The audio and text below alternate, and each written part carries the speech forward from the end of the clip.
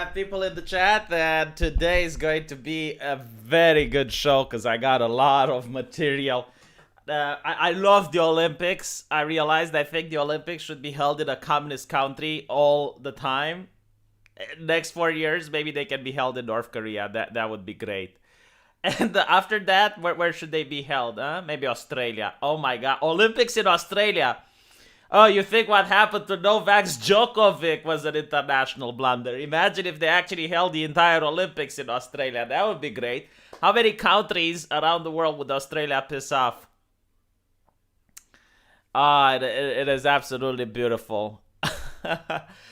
So we're going to talk about some things you guys know, some things you may not know. For example, I'm pretty sure everyone knows about the lady, which the Americans are calling the communist defector. So the lady who actually fell twice. Now, just to make sure people understand where I stand, I don't think it's a problem that she embarrassed herself, right? I mean, it happens. It happens. It does happen to many athletes that they can fall on ice, sure.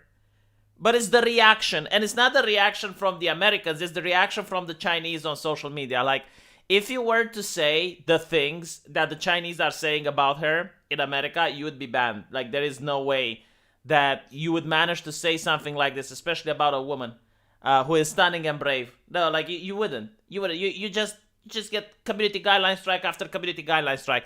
But in China, things are different. In China, shut up, V. In China, there is less censorship on social media. Unironically, like, I have actually asked people who went to China and they told me that the social media censored by the CCP is a lot more free than it is in the United States. What do you mean, why no stream? I'm literally streaming as we speak. Like, what are you talking about, no stream? So anyway, yeah, she did get 4th place, but you don't understand the Chinese mentality, right? We're going to talk about the case in a bit, but the Chinese mentality is that, and this is true for all communist nations, especially the ones under the USSR, Olympics are a very big deal. So either you get gold medal or you fuck off. Like, there is no 4th place, all right? Even bronze is frowned upon, but it's acceptable, right? So because she got 4th place and because she fell, the Chinese on social media actually went ham on her, and you're going to see that in a bit. I mean, they expect the best, all right? Like, they expect top performance every time, no excuses. This is not the American mindset. I mean, the American mindset, there was that lady that, I think she was a black woman, if I remember correctly, and she was a powerful ideologue, right? Like, she had the ideology, and I think she didn't even compete, and people were raising her like a champion. Like, that doesn't happen in China, all right? Like, you can be the perfect ideologue, you can be the perfect communist, you can have a tattoo of Chairman Z on your back, and you can move your shoulders so that it looks like he's chuckling. Like, no, it doesn't matter. Like, if you're not doing your job, if you're an athlete and you're not getting gold medal, no. Even silver is problematic. But it's acceptable, you know, under the condition that you're going to do best next time. There is no 2nd place. It's just like 1st place. That's the mentality. And that's the mentality in every communist nation, by the way. Which is problematic if you think about it. It's like you're competing with these nations and they're training people to be the best. America used to train people to be the best, but now we get participation trophies. Like, this entire cancerous ideology with participation trophy actually was exported into Europe. We shouldn't be harsh on kids. We shouldn't. Like, in my country, we actually had grades from 1 to 10 in kindergarten and in school. Okay, not in kindergarten, in school. Right, so if you got below 5, you failed. So if you had a 4, you failed. If you had a 5, you passed. And you had the grades in order to compare yourself with other students. In other words, if you average at the end of the year an 8, you can say, well, I'm better than the guy who got a 7 and I'm worse than the guy who got a 9. It was very competitive inducing. But then the ideology from America comes with the participation trophy, and they removed the grading system, and now they have like either so they call it like this: unsatisfactory means you failed. Satisfactory, it's like a 5 to 7, and then you have good and very good. So like they removed the grading system and they replaced it with this ambiguity shit. I don't even know why, but it is what it is, and a lot of students like have started failing academically because of that. Like it's actually well researched, but it doesn't matter because now everyone is like, oh, it's so good, it's satisfactory. Like think about it this way, right? Like satisfactory, like what? It's a 5 to 6, I guess. So you get the grade satisfactory at math. It means you should be satisfied. Like it's good. Like you shouldn't improve. It's good. It's satisfactory. Just fuck me. You should always strive to be the best. Look at my stream. I now have sound effects. I'm striving. I'm not the best, but I'm striving. It's satisfactory. I'm not happy. So anyway, yes, China actually does respect more merits and hard work, unironically, because they're competing with the West. And they do understand that while they're lacking in certain areas, like military power, technology, they compensate with strength and merit. And I don't know if it's enough, but America should have strength and merit as well. You gotta have a nation that encourages weakness and mediocrity, and then expect for things to remain the same, because America did respect strength and merit back in the day. I mean, 30 years ago, strength and merit were the hallmark of what America is about. But now, you can't change culture and expect that, oh yes, well, things will stay the same. It's like, let's encourage weakness, let's encourage things. It's going to be good. It's fine. It's fine.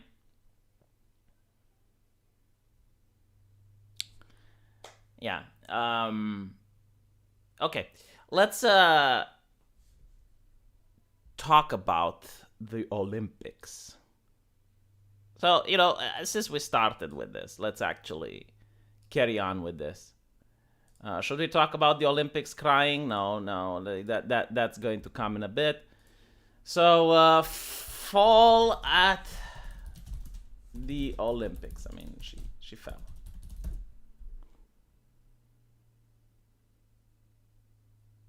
Look, even the New York Times is mocking her. Like, do you think my thumbnail was accidental?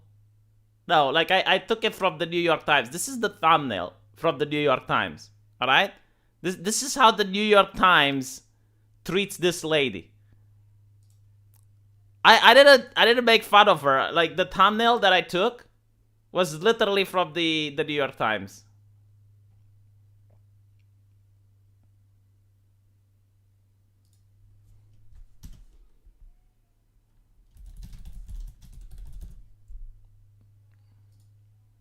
Okay. So let's read from the barely British corporation, the famous BBC, the fabled BBC. Yes, they're giving athletes prison food. That's my video for tomorrow. We will talk about it as well in a bit. But so Zhu Yi, US-born Chinese Olympic figure skater, slated in China after fall. Now, take into account that she got a lot of criticism from the Americans, but like it was very light criticism. It wasn't anything brutal. It was kind of like, oh, she's a communist defector. She's now defecting to communism. It's like, okay, like that is the extent of what she got on social media in the US. So let's see what happened in China after she fell. So the first debut of the US-born athlete, and she had to renounce a US citizenship, by the way, right? Like, there are nations on Earth which allow you to have dual citizenship. China isn't one of them. Like, in China, if you want to be Chinese, you have to renounce any other citizenship you have.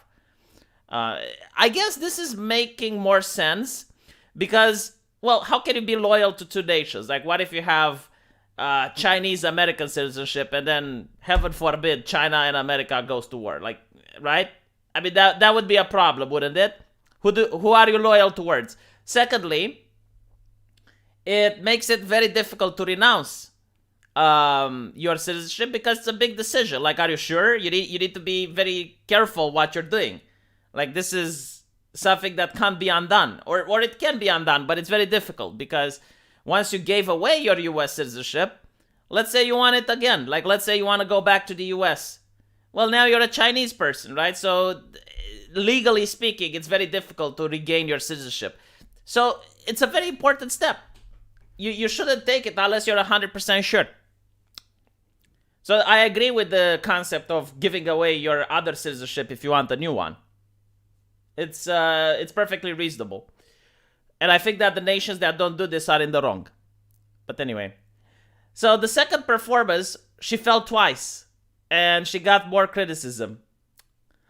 So what I think happened is that there is a lot of pressure on this lady, right? Because if she was like a normal case where it's a person that got born in China and then competes, people wouldn't care that much. But because of the media attention, because she was in the spotlight, like she's the US defector, like people like to joke, because of that, all eyes are on her. And, you know, the expression, a washed pot doesn't boil, that's pretty much what happened. Like, all the eyes of the world are on her.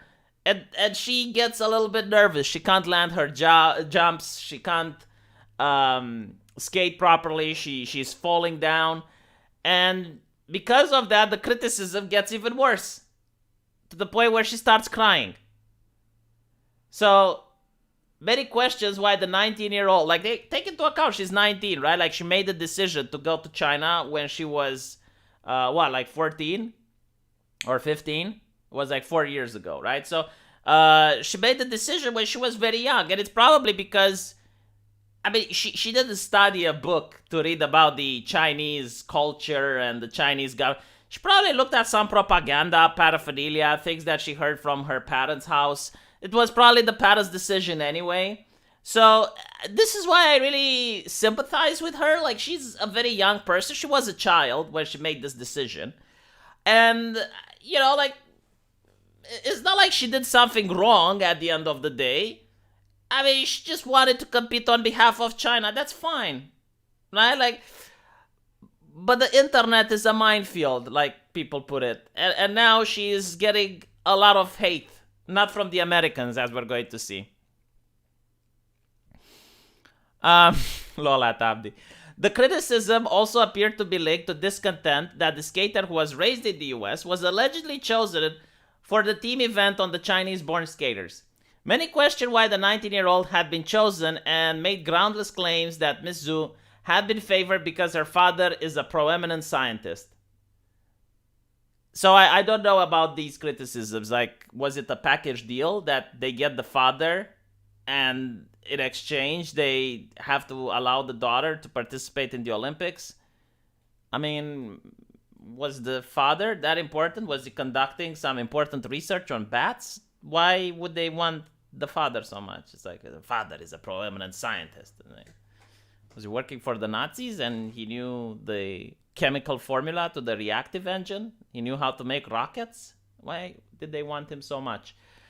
But anyway, so the hashtag Zhu Yi fell down also reportedly trended on Weibo. I'll give her hate and I'm an American. Defectors are cowards. Dude, you're not in a war with China, right? And secondly, she was like, what, 14? It's not like she was an important American asset and she was going to serve in the American military. Or, well, who knows? I mean, I saw the new recruitment ads for the US military. Maybe they're targeting her and her demographic. And like, okay, well, in order to prevent little girls from going to China, we're going to make very woke military ads in the United States to get them in the military. No, unironically, I don't think she did anything wrong. Like, unironically, first of all, America and China are not at war, so, you know, calling her a defector is an exaggeration. And secondly, again, she was a kid. And thirdly, had she remained in the United States, do you think she could even compete? Like, maybe that was why she defected. It's like she couldn't compete in the US because you had a better skater. Who the fuck knows? The reason that I, yeah, you fell down plus ratio. The reason that I'm making this is just to show you how savage the social media apps in China are. I mean, you think you guys are edgy. Wait till you see what the Chinese people are saying about this. Fifth generation warfare, yes. Okay. Look at this. So vicious attacks on Weibo. This is what they're being called by the BBC. Take into account that vicious attacks on Twitter are called misogyny. It's misogynistic, but misogynistic trolls from Russia. But in China, it's just vicious attacks. Nation know decades ahead what wars are on the horizons. We might not be at war with China, but we know they are next. You know, that used to be true, but with nuclear weapons, it's kind of hard to tell because, again, no one wants mutually assured destruction. Right? And you send one nuke, you get 10 back. No. That's why we didn't have World War III and it was a Cold War. So technically, yeah, you know what countries might be next, and you can say, well, there's going to be a war with China. There was no war with Russia. So, I don't know. I hope we never find out. Again, a war with the weapons and the capabilities that nations have right now in 2022. Yikes. Pray you never find out, unironically. Like, it would be the worst. Not just for us, but for our children as well. Living in nuclear wasteland isn't a good thing. Not to mention, if you actually read what they're doing with all the biological weapons that they're deploying and that they're inventing and stuff, no. Like, absolutely not. Again, imagine a biological weapon being deployed, like anthrax or some shit, and you see your soldiers in the trench bleeding from every orifice and shit. No. No. I don't. I prefer not to find out. And it's not just me. It's like the world leaders as well. That's why there's no conflict, because the world leaders themselves know what their nations are capable of doing, and they probably think, okay, well, even if our enemies are capable of half the shit we're doing, that would not be okay. And the worst thing is, we now managed to have the long peace. This is what it's called. And the long peace is because of nuclear weapons, right? No one wants to attack each other. Now, imagine that there would be a war. And people go like, well, you know, it didn't go that bad. So if this Rubicon would be crossed and we would have World War III, then it's a guarantee World War IV right after and a World War V. So if you want your kids to live in constant war, yeah, I do prefer the way things are. Well, look, the ghost of Tsar Nicholas is speaking to me. Hold on, let me commune with the spirits. Athletes posting the saddest meals I have ever seen. Charred meat, plain pasta, no veggies. I will talk about it right after this.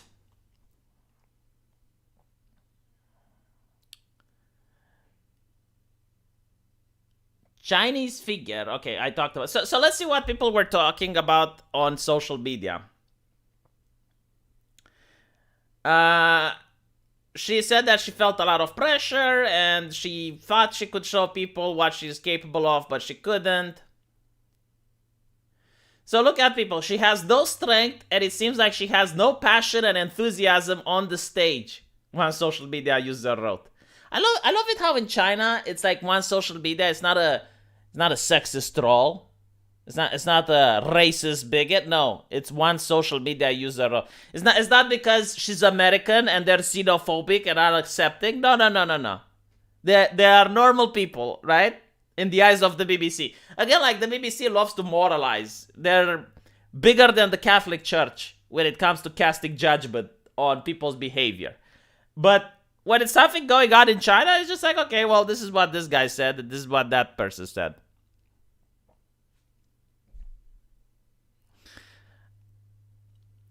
To vent emotions on this young athlete, using social media to throw rocks down a wall when she makes mistakes, that is cyberbullying. Oh, it's cyberbullying.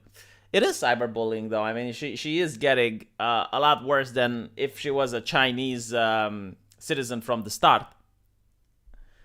I hate that she is crying. Can crying solve anything? So this is what I really liked. it shows the difference between the US culture and the Chinese culture, right? Because in the United States, you have Obama pissing his eyes, right? Like the president, the leader of the United States, thinks it's an asset to cry in public. Again, like, notice how Obama is not a person that cries, right? Like, he's not that emotional. He's not crying when he sees a beautiful sunset. He's not crying when he holds hands with his wife on the beach, right? No, like, all the things that a politician does, is scripted. They have a PR team. They read a prompter. Like, he knows how to cry on command. So he thought it's an asset to cry in front of the public. Why? Because Americans are weak. Like, not necessarily like they are weak people, but the culture that is being promoted is a culture of weakness. Like, showing weakness is a virtue. That is how in China is the opposite. Why are you crying? Be professional. Right? Like, they're not saying that you shouldn't be crying at all, but what they are saying is you shouldn't be crying on television. You should be professional. And what's interesting is that this is very progressive of them. It's very feminist. You know how they're like, why are women allowed to cry but men are discouraged? Okay, in China, women are discouraged of crying as well. No one is allowed to cry. Don't cry, you bigot. Yeah, exactly. Americans, oh, she's crying. China, oh my God, she's crying. Yes. You know, like, it's a little bit more complicated. It's not fair to say that China values success and whatnot. It's kind of like two universes. Like, when you're talking about the leadership, it goes with nepotism as well. But they also want success, right? So, in order to achieve something in a communist country, you need to have both nepotism and success. Like, your merit does matter. Even if you manage to get in because you're the son of someone or you're like related to someone, fine, that opens the door for you. But once you're in, you still have to compete. You still have to show that you're competent. That doesn't seem to be the case in the United States. I mean, I'm looking at the comic book industry and I see failure after failure after failure, and they're failing upwards. So you have someone that makes a comic book that doesn't sell and gets canceled after 2 or 3 issues, and then it's the same person that gets placed in charge of another comic, which is more proeminent and more interesting. Like, for example, a flagship comic. And after that gets canceled, they're getting promoted again. And now they're a consultant on some movie or some shit. Right? So that's not in China. Like, in China, yes, you do get in with nepotism, especially on leadership positions. But woe to the one that fails. I mean, my father used to work as an agricultural engineer at one of these big collectivist farms, and his boss was a party member. So he got the job because he was a party member. Like, there is no doubts about it. And he was a party member because of his nepotism and his relations. But there was a year when there was a drought and the farm didn't produce. The guy was arrested. Like, they blamed him, right? So even if you manage to have like nepotism and ascend to the position, okay, but do you really want that position? Because it can come with a lot of negatives. So it was a very interesting system. In America right now, especially in the entertainment industry, it's just nepotism. Like, there is no performance. The academia is all about nepotism. Journalism is all about nepotism. It doesn't mean that if you fail at your job, you're going to get punished. No, you fail upwards. Let this be a lesson to defectors, yes. All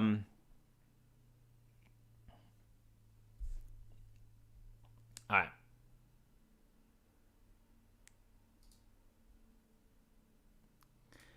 V thinks merits doesn't matter in the US because of comic books. Well, isn't the whole point of a diversity officer to hire people based on sexual orientation and skin color? Aren't companies filled with people that are literally hiring not because of merit, but because of how you're born? They don't have that in China. I actually spoke with a person who's from Blizzard, and he told me that there is no diversity office in the Chinese department of Blizzard. There are diversity offices in the United States, and that's just one example. It's not just about comic books. Almost all major corporations require you to hire people based on how they're born. And notice that there is no more innovation. Look at social media. What is the last thing that YouTube created that added to the platform? I mean, I remember when I started 10 years ago, almost every year you had a new feature, a new thing. What is the latest feature on YouTube? What is the latest thing that they revolutionized the platform? The American TikTok algorithm promotes dancing and lip syncing. The Chinese TikTok algorithm promotes science and math. That is shocking. I didn't know. Like, if that is true, that is big. It would have surprised me. But no, the reason this is happening, and it's quite obvious, it happened through human history, and it happens to individuals, not just countries. When a person knows that they're not the best, or when a country knows that it's not the most powerful nation, it tries to improve. Like, it invests a lot wherever it can. So, for example, China can't have the technology of the US. So then it promotes a culture of excellence. Like, people who are excellent are being promoted. What works is being promoted. When you are a person that is the best, that you are numero uno, or you are a country that is the number one, you end up with complacency. It's also one of the reasons the USSR fell. I mean, Putin actually came out and he talked about this. He said that it's the little mistakes that you do when you are a nation like the size of the USSR, and you think, oh, well, those mistakes don't matter. They're easily fixable. You can easily manage to compensate, right? Because it's the USSR. But the problem is, like, you have so many mistakes that they keep adding up, and then you stop being the superpower because there's just too many mistakes, and then the whole system collapses. What is the last thing YouTube revolutionized? They promoted users gathering together and upgrading their own platform after removing the dislike button. Yes, the removal of the dislike button was the last revolution of YouTube. You know what really pisses me off about the YouTube platform the most? Is that they removed the Google Hangouts. Like, the Google Hangouts were so convenient. You could just go on Google Hangouts, click a button, boom, you're live. And that was so awesome. But because they were lazy to fix it, and they didn't want to improve it, they just removed the Google Hangouts. It's just one example. I mean, they could have improved the system. They could have improved the platform. But no, they didn't want to do that. And everything, right, is about removing stuff and adding more terms of service. That's the only thing they can do. It's like, let's add more terms of service to stifle creativity. Let's remove the dislike button. Let's censor what people can say. Let's make it so that channels which were massively popular 5 years ago can't exist under the new TOS. Let's make sure that any episode of South Park violates some sort of TOS. That's what they're doing. Banning people retroactively. Horrible. They literally do have ideologues and commissar. It's getting worse now with Z. Like, talk about this shit when you know about them. Like, what the fuck? Well, I just said that the commissars are placed at the highest functions. So, like, if you want to have a leadership position. And I gave you the example of what my father went through, because it's a similar system under communism. So, because the guy was an inner party member, he was placed in charge of a farm. He was an inner party member because his family was connected and he was an ideologue. The moment the drought came, he was arrested. It wasn't even his fault. He was a scapegoat. And there's a lot of examples like this with inner party members going to prison because they couldn't show results. Even in China, you have this. You have inner party members being executed because of some failure or another. Do you have this in the US? Do you have, like, mainstream politicians? Or not even that. Do you have diversity officers that get fired? Ever? Like, even in the Soviet Union, you had commissars getting fired or putting in prison because they failed at their job. So, for example, if you had a rebellion at a factory, the commissar would get in trouble. Because he had to explain why didn't he notice that there was a rebellion fermenting, right? So, do you have that in the United States? Like, for example, at Blizzard, you had the scandal with the people at the top who were sexually harassing women. Did the diversity officer get fired? I mean, the diversity officer knew, right? Why was he hiring women and minorities so they can get abused, sexually molested by the leadership at Blizzard, huh? They never get into trouble. ever. So that's a different system. Yeah, sure, it has nepotism. Both systems have nepotism. I agree. Nepotism is wrong. I fully agree. However, a system where there is accountability is better than a system where there is no accountability. There is absolutely nothing you can do as a diversity officer to get fired. Unless you speak against diversity, like the Apple, I guess like the Apple diversity officer said that 9 white people in a room can be diverse because they can have different ideas. Okay, she is literally the only diversity officer that I have ever heard about getting fired from a major company. Literally the only one. You have CEOs getting fired. You have employees getting fired. You have everyone gets fired. The diversity officers are the last to go, unless you have like a base CEO that realizes, holy shit, 20% of our company's earnings are being wasted on diversity. Let's fire some of them. And even then, it's a major scandal in the press. There was like that CEO which fired like 200 diversity officers on a Zoom call. And it was like a big scandal in the press. Oh my God. Oh, do you remember when Google said that they like this was a rumor? Didn't happen. But there was a rumor that they might have fired some diversity officers, like they're getting rid of their diversity departments. And the next day, literally the next day, there were letters of concern from Democrats asking like for Google to give explanations. Even though it's a private company and can do whatever it wants. It's not the same system. And I'm not praising China because, oh my God, their ideology is doing this. I'm saying, why the fuck isn't America doing the same? It's concerning. That's what it is. Yes, it's concerning when in America you notice that there are kids in Baltimore where over 75% of them can't do math and they are illiterate. That is fucking concerning. Anyway. I got a little bit carried out. Yeah, I got a little bit carried out there. But you know what? You can keep encouraging it. Yes, it's great. It's great. Yeah, kids shouldn't learn how to do math. Yeah, promote equity. You know, like at the end of the day, the paper is important. They passed high school. Congratulations. Yes, Billy. You're great. You're smart. You know why? Because you passed high school. Look, it says so. Now go to university. Get an affirmative action place. Get through the back door, Billy. Through affirmative action. Because you know, that's definitely going to work when you're at an exam. And if the teacher fails you, it's because the teacher is racist. He's the problem, not you, Billy. Yeah, absolutely. Yeah, what a great system. The whole world should run like this. It creates powerful, strong nations that can face against other aggressors. I absolutely agree. If you want to get on the shorts feed, the video needs to be under 60 seconds. Must be in a phone vertical mode, aspect ratio.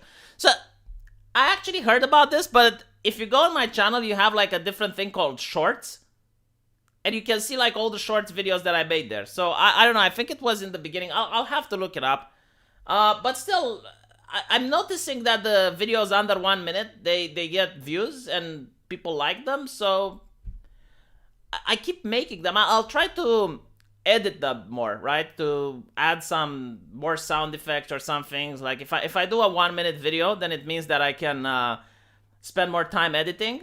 But not only that, there are topics that are literally worth 1 minute. Like, they're very interesting, but you get to see people like the quartering, and they take these topics of 1 minute and they stretch them into a 10-minute video, because that's what the algorithm wants. And it's so boring for the listener. I can't do that. So there's a lot of topics that I don't talk about just because they're very short. It's like 1 minute things to say, and it's very annoying. So I would rather just have that 1 minute video where I just inform people. It's like, hey, this happened, it's interesting, and then we can move on. And I can also make it funny. Anyway, what's the matter, V? You're all for cynical methods? I don't see what's cynical. And I mean, I guess it's cynical from the point of view of the teacher to show that, yes, all my students are smart. If you change the system so that you don't fail them if they don't know how to do math, right? Yeah, for the teacher, it's very cynical. But for the country as a whole, it's not cynical. I'm not a teacher. If I was a teacher, oh yeah, sure. Sure, I would give them all straight A's. Why should I be accused of racism? Why should I? No, I wanna succeed. Look. All my students who come to me are the best students in the world. But I'm not a teacher, so I don't give a fuck. Anyway, right, let's look at this one. Olympians in tears over poor living conditions, lack of food at Winter Games. So, They're literally being served prison food. And it's so funny, you know, like you have Nancy Pelosi telling the athletes. I made a video. It's going to be coming up right after the stream. You have Nancy Pelosi telling athletes not to bring politics into Beijing. Like they're there to compete. They're not there to complain about human rights abuses. And I'm thinking like, Nancy, didn't you say that silence is violence? Is it silence violence, Nancy? Why are you sending violent people to Beijing? Why are you training your athletes to be violent, Nancy? Why are you evil? Why you do this? And secondly, it does seem you can separate politics from sports. So maybe we should bring China over to the United States. I mean, that system is so great. Look, an army of academics and journalists, an army, have told me that you can't separate politics from sports. They're one and the same. Like, no. Like, Google it. You can't separate sports from politics, right? But China seems to have done it. So can we have that in the US so I can play a video game without getting political? So I can watch a football game without getting political? Can we do that? Can we? Maybe send James Bond and a couple of other super secret spies into China to figure out how they do it. And by the way, I'm not saying that athletes should be gagged, all right? Like, I'm not saying that. But what I am saying is that when you're on the field during working hours, you should shut the fuck up and compete. Play ball, right? Because you're on the field. When you're on the field, when you're outside of the field, whether you're in the locker room, whether you're in front of some reporter, yeah, say whatever the fuck you want. But when you're on the field and you're during working hours, play the fucking ball. Play the game. You know, like, oh, yeah, the athletes have free speech. Okay, so if an athlete does the Nazi salute, you'd be fine with it. Because that's his free speech, right? Or what if he has like a Jesus Christ action figure with a dildo strapped on its back? And he raises it during the national anthem. Is that free speech? Is that free expression? Yes, it is. Should he do it? Well, he's under working hours and contractual obligation.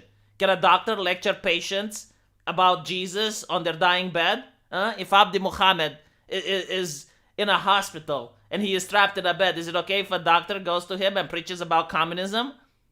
I mean, he's got nowhere to go and the doctor has free speech, so he can take advantage of the situation. Like, what is he going to do? Put the doctor on block? You can't. Talk bad to the doctor that's going to do surgery on you? You can't. So, you know, like, that's what I'm saying. Like, yes, free speech, free expression, of course. But in your private time, like when you're paid to do a job, you're supposed to act professional. Even when you're at McDonald's and you're supposed to smile to customers, like they're forcing you to smile. Do you know why? Because you signed a contract that you agree with that. Like you're okay that while you're on the working hours, you're supposed to do what the company tells you to do. I mean, even at a football field, right? What is the expression? They have to wear uniforms. What if a football player wants to wear a miniskirt? Because he's progressive. He can't do that, can he? No, because it's the rules of the game. He has to wear a uniform. He doesn't have expression while on the field. But the left knows this. The left is aware about this. But they're obfuscating. They're gaslighting you. It's like, oh no, athletes have free speech. Yes, they do, but not on the field. The left is really big on free speech. By the way, speaking of, they're planning, like they're livid that, I think in Florida, and right-wingers, like, they want to remove CRT from schools, and they're absolutely livid. It's like, oh my god, but free speech. It's like, hold on a little bit. You're talking about the school, right? Like, at a school, you have not only to read the book, you have to memorize it, and then you have to learn it. So it's not about free speech. Like, free speech is what a teacher can say in their free time, right? Like, if a teacher goes on social media and praises communism, okay, fine. Don't do that in the classroom, though, right? Like, no one is saying that while you're working, you have, because the thing is, like, when you're working, you're signing a contract, right? Like, you can't leave work. Does that mean that you're in prison? Like, when you go to work, you have to stay there 8 hours a day. You have to be on time, and you have to leave when the hour is over. If you don't do that, you get fired. Does that mean that working is like slavery and it's like prison? Like, that doesn't make any sense. Anyway. I would be disappointed if doctors do not try to save the souls of passing patients. Man, I really hope that Muslim doctor lectures you about Allah on your dying bed then. I really hope that Muslim doctor is going to save your soul. You should know there are a lot of Muslim doctors in Romania that are practicing medicine. You should be careful about what you wish for. And even then, right? Like what if it's a Catholic doctor and starts lecturing you about why orthodoxy is wrong? If that happens, I'm starving myself in solitary with my brethren victim of communism. I'll be communism latest victim. They killed my starvation. Oh no, well apparently they're doing this to the athletes. This is like taking them to a little horror show of the Great Leap Forward. I mean, they're skiers, they're leaping, right? Because they're athletes. It's like getting a little experience, a little bit of the horror freak show that communism brought during the Great Leap Forward. So they get to experience a little bit of starvation. Now, I gotta say, you know, when I first read it, a lot of people said it's like, oh, well, why are they complaining? Because it's not that bad. Like, it's still food. They're athletes, you idiot. They're athletes. Do you know how much protein they need to eat in order to compete properly? No wonder that lady is falling on ice. If they're malnourishing them. I wouldn't be surprised, okay? I would not be surprised. Here's a conspiracy theory, because I would not be surprised if the Chinese athletes get to eat properly and they're doing this on purpose so that the other athletes play worse. I would not be surprised. I would not put it behind the regime to do this. Like, if I was a reporter, I would actually, like, it would be interesting for someone to look and check what the Chinese athletes are eating. Unironically, like, someone should investigate.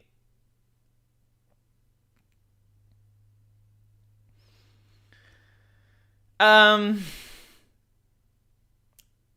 you can't make Romanians Muslims. I will tell you this, and I will tell you why. You want to take alcohol and pork away from a Romanian?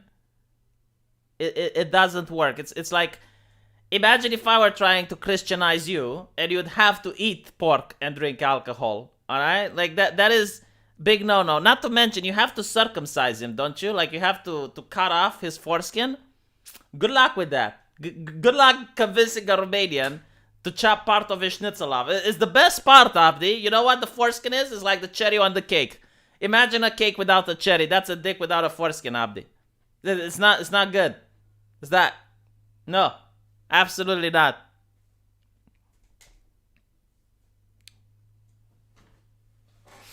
Anyway, moving away from the holy precipice, I think it's called. Not precipice. What do they... How do you call foreskin in Latin? Because they have a really interesting name.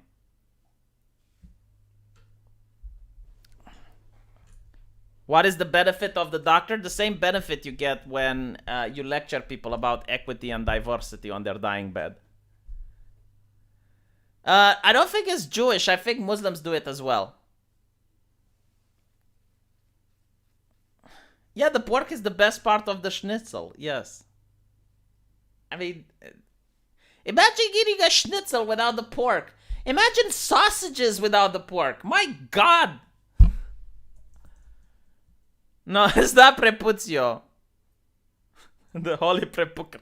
No, it's So no, like there is actually I read it on another stream, but prepuce. Yes, the prepuce. If you Google the holy prepuce, it's actually very interesting. So throughout history, there have been many churches claiming that they have Jesus's foreskin, and it's actually called the holy prepuce, right? The problem with this is that you can't validate the claim. Like, you can't have Jesus's penis to put the prepuce next to it to see if it fits. There's no... It's not like a Lego, you know, you have the missing part of the Lego and you click it together to see. No, okay? It's not like a puzzle. So, even though you had many churches claiming that they have the holy prepuce, none of them could prove whether or not it is real. Foreskin is called funyun in Latin. Oh my god, that is so cool. Funyun. The holy funyun. They collect those skins like Carmen does chicken. Well, the thing is, the question is like, where do these foreskins come from? Because clearly, a lot of them have to be fake, right? Like, even assuming that one of them is real, right? Like, Jesus had only one. He did miracles, but I don't think he multiplied the foreskins. So clearly there is one that, let's assume it's real, but it means the other churches had fakes, right? They had forgeries. So my question is like, when you look at the forgery, where does it come from? Because like Christians don't even do that, right? Like they don't have the ritual. So they had to steal it from a Jewish person. Like they went to a Jewish person and they stole a foreskin. That is the only explanation that I can find. Because when you the more you think about it, the more ridiculous it becomes. Or they just took a guy and they chopped it off. I don't know. But no, because no, hold on. Like, it has to be small, right? Because it's like from a baby. Because that's how Jewish people do it. Like, they circumcise at birth. So, actually, well, it could also be from an adult. Because, like, who's going to inspect it? Like what type of Christian has... I have never seen one in my entire life. I gotta say, I don't want to. Now I'm probably going to get bombarded with pictures. But think about it, right? I have never seen how a foreskin that got chopped off looks like. So if you show me one, I would probably say, yeah, this kind of looks like it. So you can literally take some pig guts or something, put them out in the sun to dry, and they say, oh, this is it. I would have no way of verifying it. I would not know if it's the funyun or not.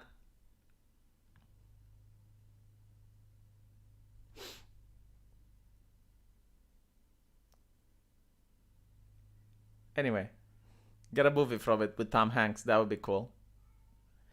Can you tell after 2,000 years? That's another question. Does meat last that long? Well, I guess they will say, well, it's from Jesus, so it doesn't spoil. I don't know what they would say. But I don't think, like, if it was outside of the realm of miracle, you could have a piece of skin that lasts for 2,000 years. I mean, I genuinely don't know.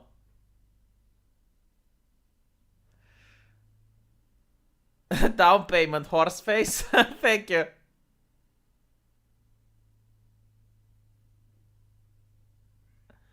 I thought V was a doctor. Yes, unfortunately they skipped that over at med school.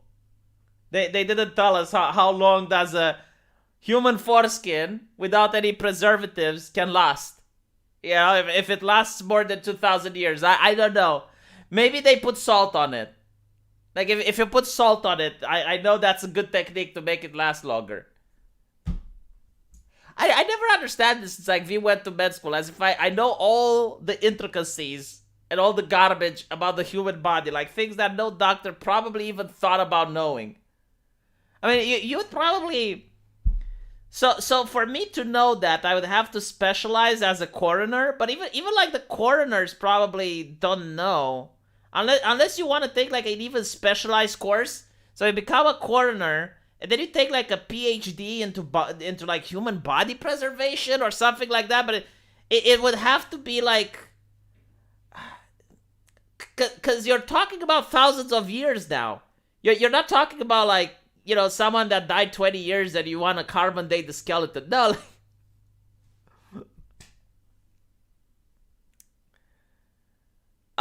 Whatever. You know,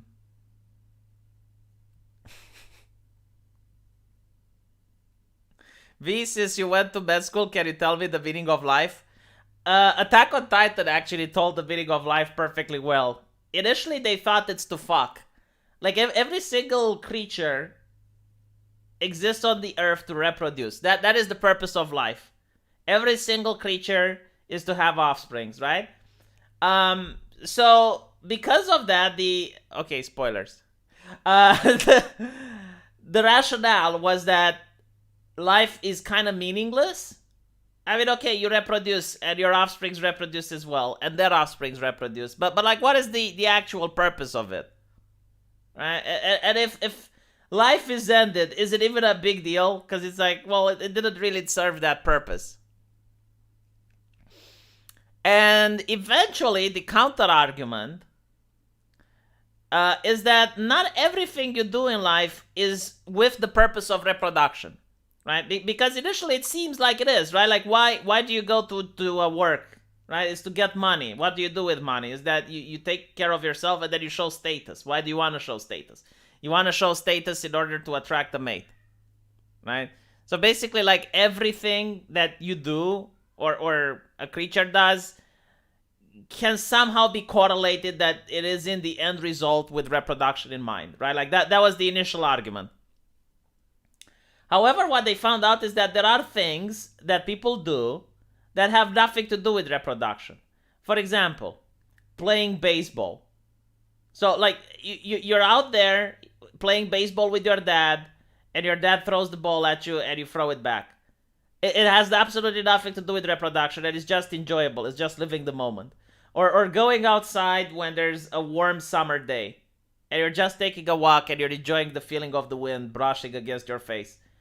So apparently, life is not just about reproduction, it's also about enjoying these little moments that you have. And they have no meaning whatsoever, that they're not significant, that they're not part of some grand design, but it's just like these little moments that are worth living. And that's what life is about. And I really like that explanation. I really like that philosophy. Well, no, they weren't talking about professional baseball players. They were talking about like you with a friend. You're going out, and you're just throwing a baseball. You know, like you're not actually playing the game, but like they're pitching the ball to you, and you catch it, and then you throw it back, and like that has absolutely nothing to do with reproduction. It's just like a little moment that you have. It is deep. That's why I actually liked Attack on Titan. Many people didn't, especially the ending, but I really liked that part of philosophy. It was great. He's teaching a motor skill. Okay, fine. What if you're not a child? What if you're an actual adult and you just go and you enjoy playing that with a friend of yours? Too small picture? Why does the picture have to be big? Why does the picture have to matter? Like, here's something else about meaning, right? Animals don't have meaning. Like an animal doesn't even understand usually about what's going on. So they don't look for meaning. The only people that look for meaning are human beings. That's it. We're the only animal on Earth that we look for a meaning. And it's not that we look for a meaning. We already have the conclusion. Like, we think that the meaning has to exist, and it has to be grandiose. Let me put the cat in horny jail, because it's bothering me.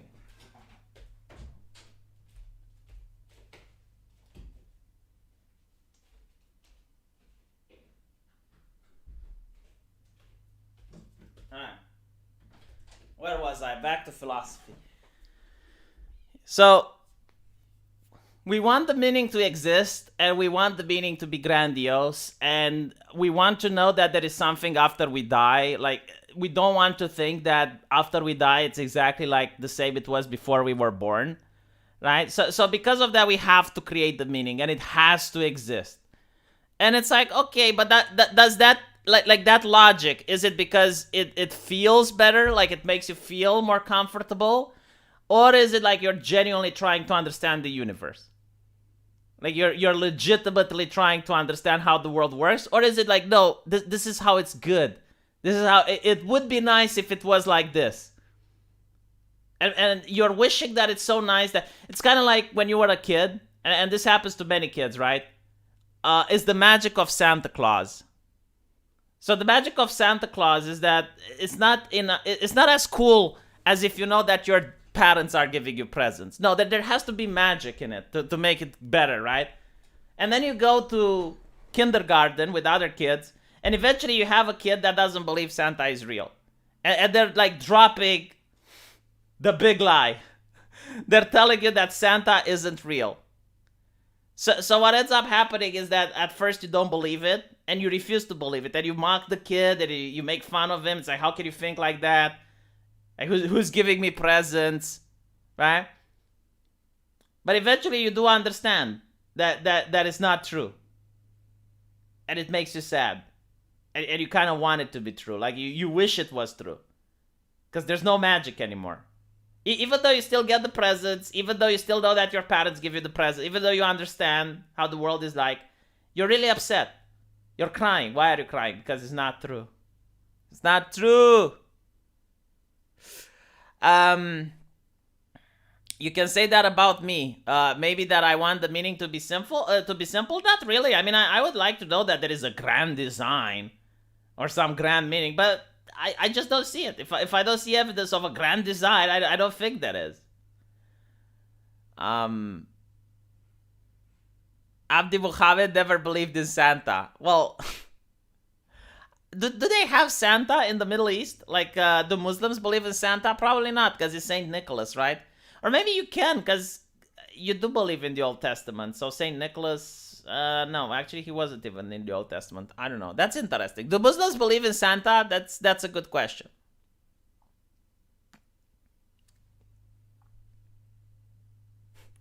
Anyway, right, so I wouldn't be surprised if China does this intentionally. Like, it's starving the athletes. Like, someone should actually do some investigation. Some investigative journalism would be really welcome there. Whether or not the Chinese athletes have the same food as everyone else. Because if not, it would be quite funny.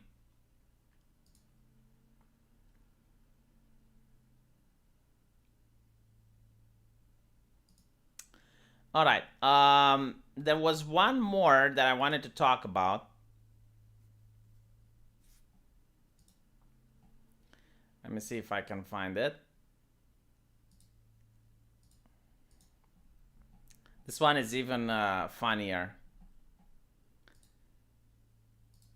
So, look at this.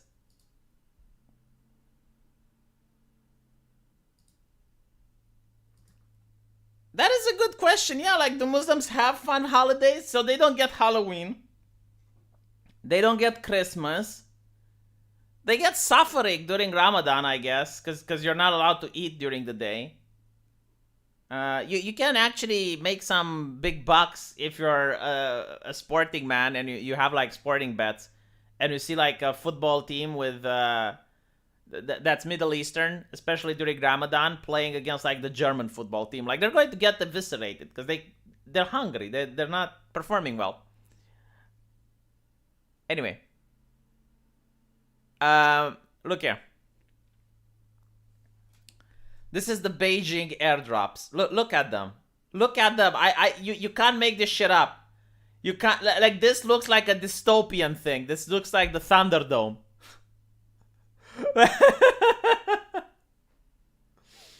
Oh my god, fire up the coal plant. This is just amazing. It's absolutely amazing. I don't know what. And it's the women's one. Like, this is the women's big qualifier.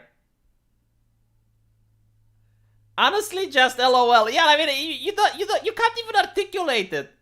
Hellscape. Yeah, like, look at it. Look. Look at it.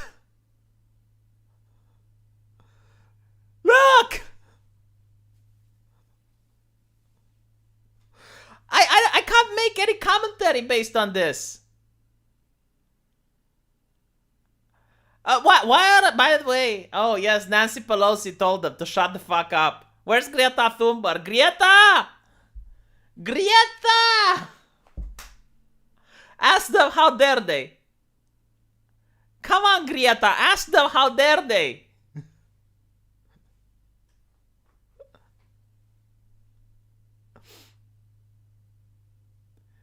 I'm 100% convinced that this is how China is showing how much they care about other countries. No, this is China at their best. Like, they really care about these Olympics. This is the best China can do.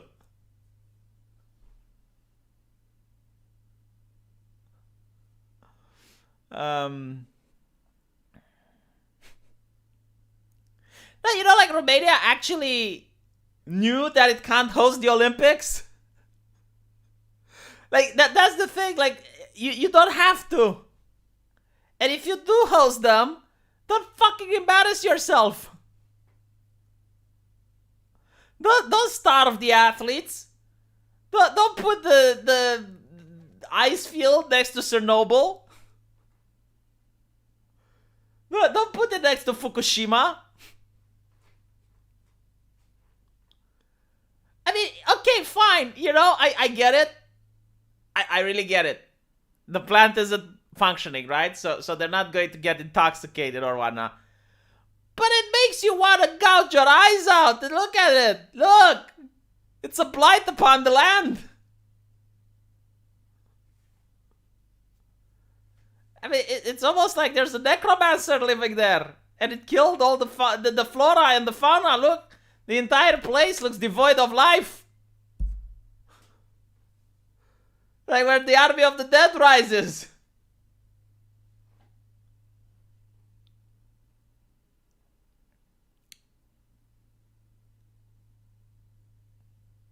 Yes, it's China CO2 neutral. China CO2 neutral by 2040. 2040, China zero CO2 emissions. Yes.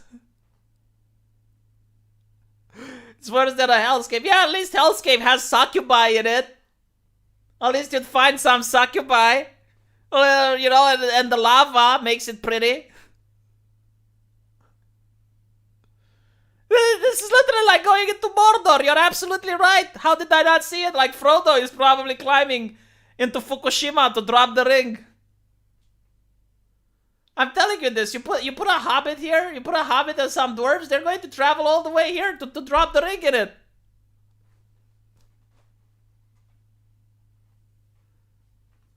Where the Nazgul is coming out of. Like the Nazgul is going to fly away.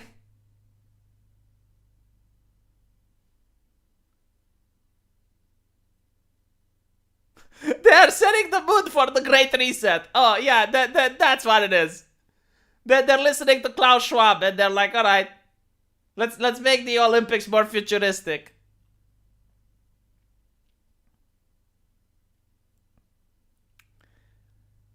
No, the Hive City at least has people living in it. At least the Hive City is livable. Notice how no one is living around this area. There's nothing. There's nothing. I wonder if this is like one of those ghost cities that they're building. Because it looks so weird. It's like the design of the city looks just really weird. But okay, fine. Even like, let's say there are people living in the city. Everywhere around, every space around this power plant is unlivable. Again, people live in a hive city. Like even in a hive city, there's people living in it. It sustains life. This doesn't sustain life.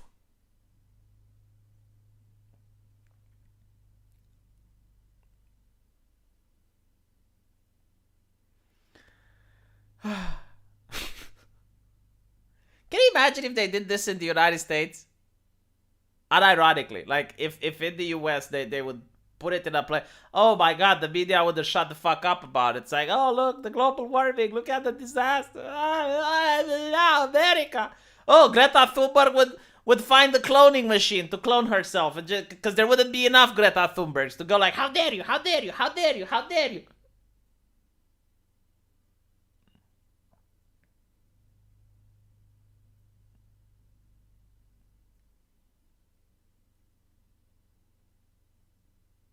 Someone make a little Dark Age clip of this. Again, the Dark Ages sustained life. Like in the Dark Ages, you still had people living around.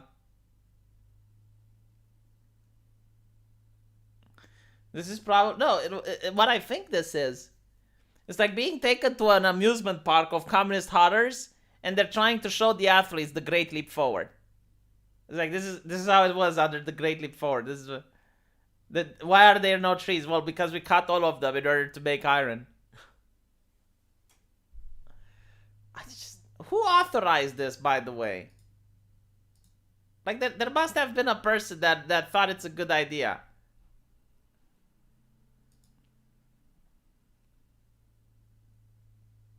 Not to mention, look at this. Look at this.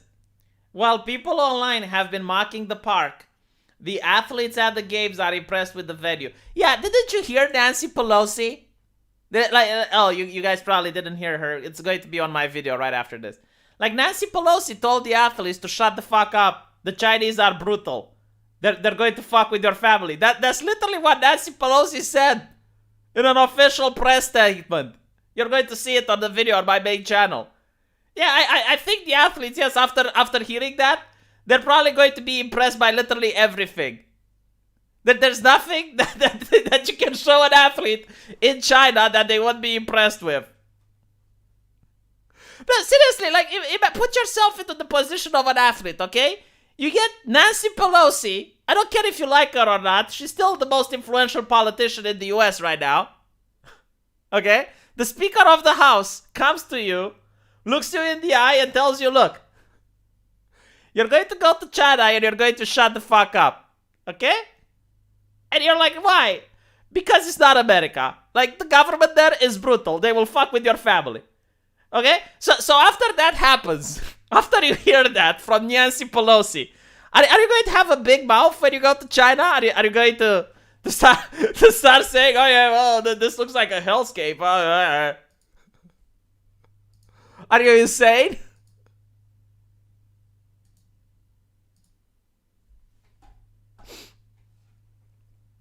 I love the media. Oh my god, like the media was carrying water for China. Do you know what this is? Do you know what this is, chat? It's not rain. It's the water that the media carried from China. Like all of this water right here is being carried by the press right now.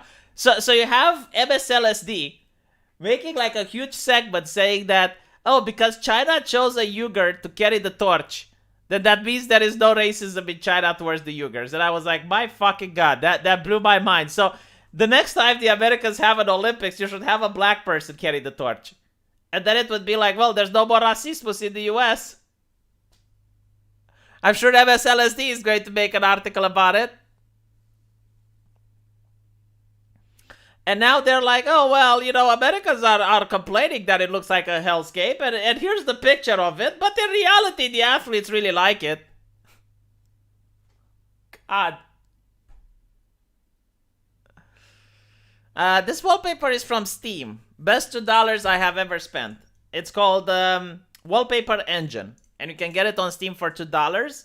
And then you can have all these beautiful animated wallpapers. And it even has an option which segregates the anime girls.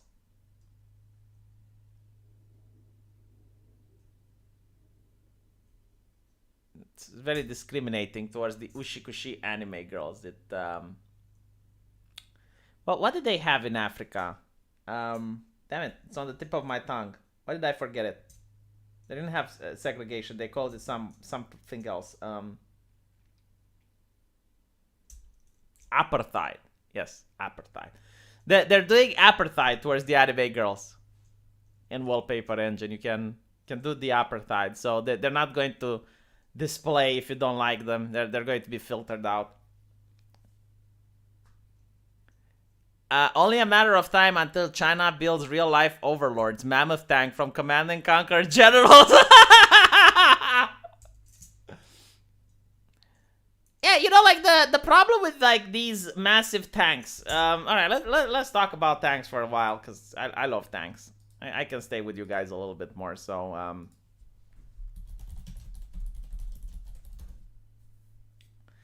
the Nazis did have an obsession with big. Right, so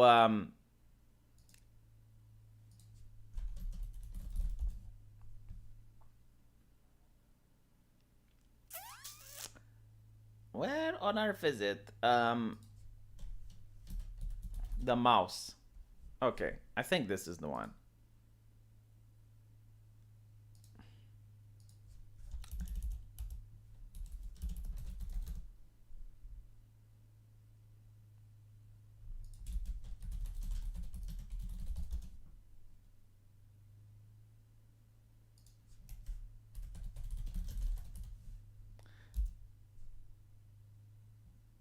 Why can't I find it? Did Google remove it from the search engine?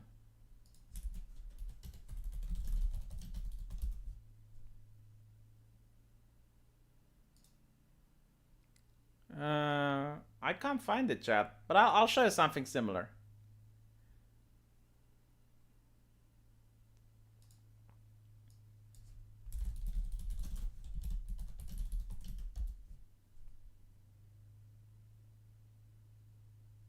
The thing is, like, I can't even show you something similar because that thing was colossal.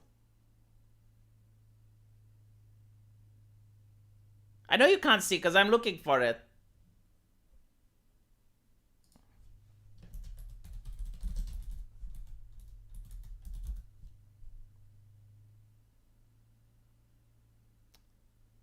I think this might be the one. No.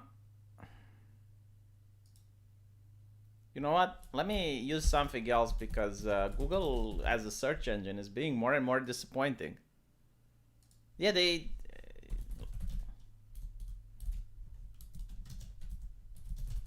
Let's see if DuckDuckGo gives me the results.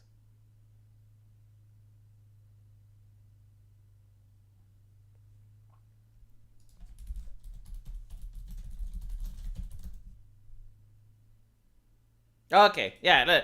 So I'm looking at it on Google for more than 5 minutes and I can't find it, and I go on DuckDuckGo and it's literally the first search result. Fucking hell. Alright.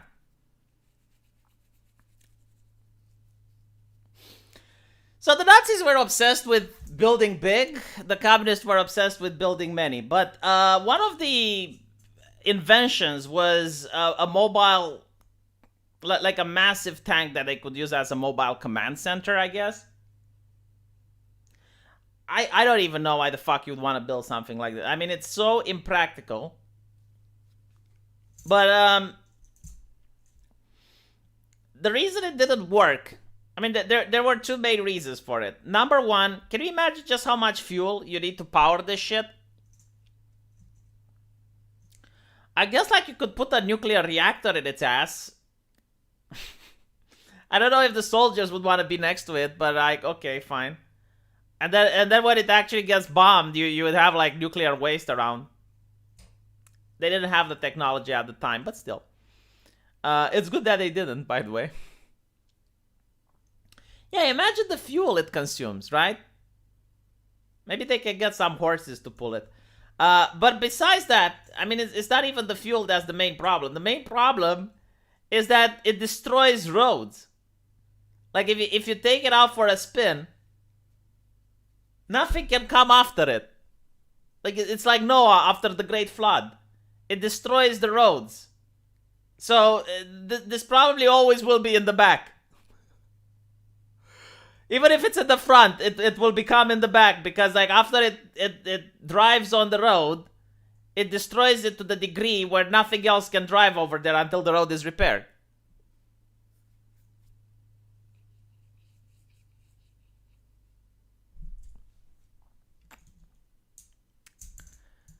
Yeah, and it's also a very easy target. I mean, how the fuck can you camouflage this thing? It's not even an easy target for other tanks. Like, the airplanes can spot it from a mile away. It's like a moving city. Like, probably when the airplanes are coming, the soldiers in the tank are told to turn the lights off. Because, like, otherwise, like,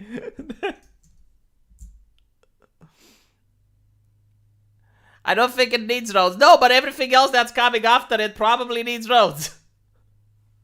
So while this tank itself may not need roads in particular, everything besides it does. And by the way, you know, just because it looks big doesn't mean it's impressive. Like, a simple landmine, sure, it might not destroy it, but it can break the tire. Make it useless. But still, like, the concept of having, like, something like this,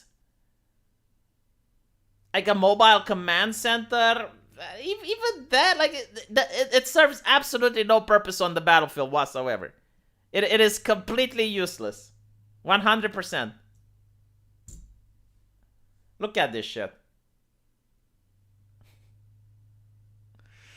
I guess if you want to film a movie and make it impressive, then yes. At least the super gun, you know, like this one, I don't understand why they chose not to do it. I guess like it consumes way too much. Like, it's the same story, you know, like people go like, oh, well, the Russians had more manpower, so the Germans have to build bigger. It's like, yes, but the Russians also had more resources. Like, that's why Germany ran out of fuel. Like, just if you build bigger, it means that you're going to consume more resources, and it's still like a small country compared to Russia.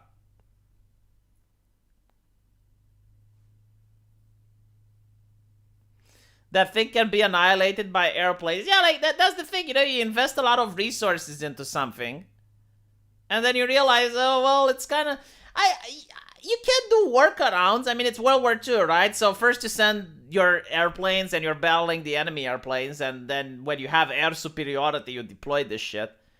But still, it was funny though. It was funny. So like the idea that you know, like big is better. No, in war actually small is better. Like small and a lot of them. If you have something small but you have a lot of them, it's actually better than having something big. It does look badass, yes. Oh, I hate big tanks. Is that it? Do you know what's big and actually works? Naval units. Like a plane carrier. Like that's actually good. Like you can launch planes from it, you can refuel planes from it, you can have a military base that's mobile. So yes, you can have big, and it can look cool. Um, the thing is, like we actually don't know how effective an airplane carrier would be. I don't think they actually used one in a proper conflict because they're really big targets. So yeah, I mean they did use them, I think, in some wars, but they never used them against like another superpower. And that would be interesting to see. I don't think they would last long. It's just because like they're so big.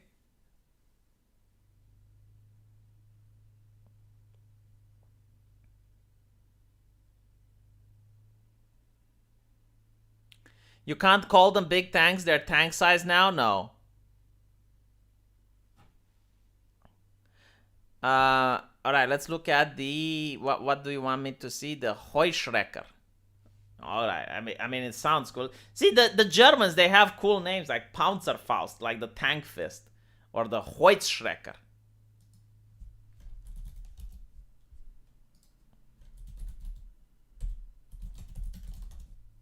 The Heuschrecke 10.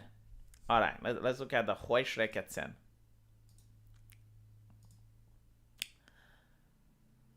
23 tons, blah blah blah. And what do you want me to look at it? It's cool. Yeah, it's a good tank.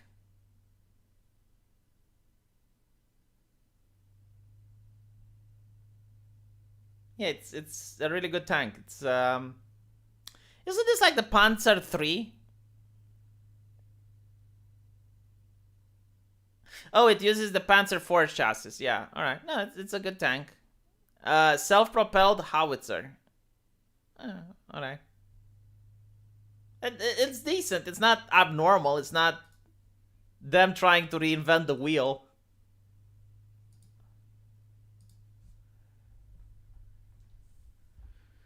Yeah.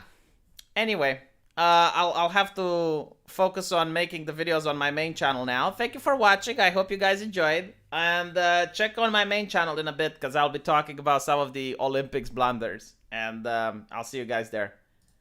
Thank you for watching.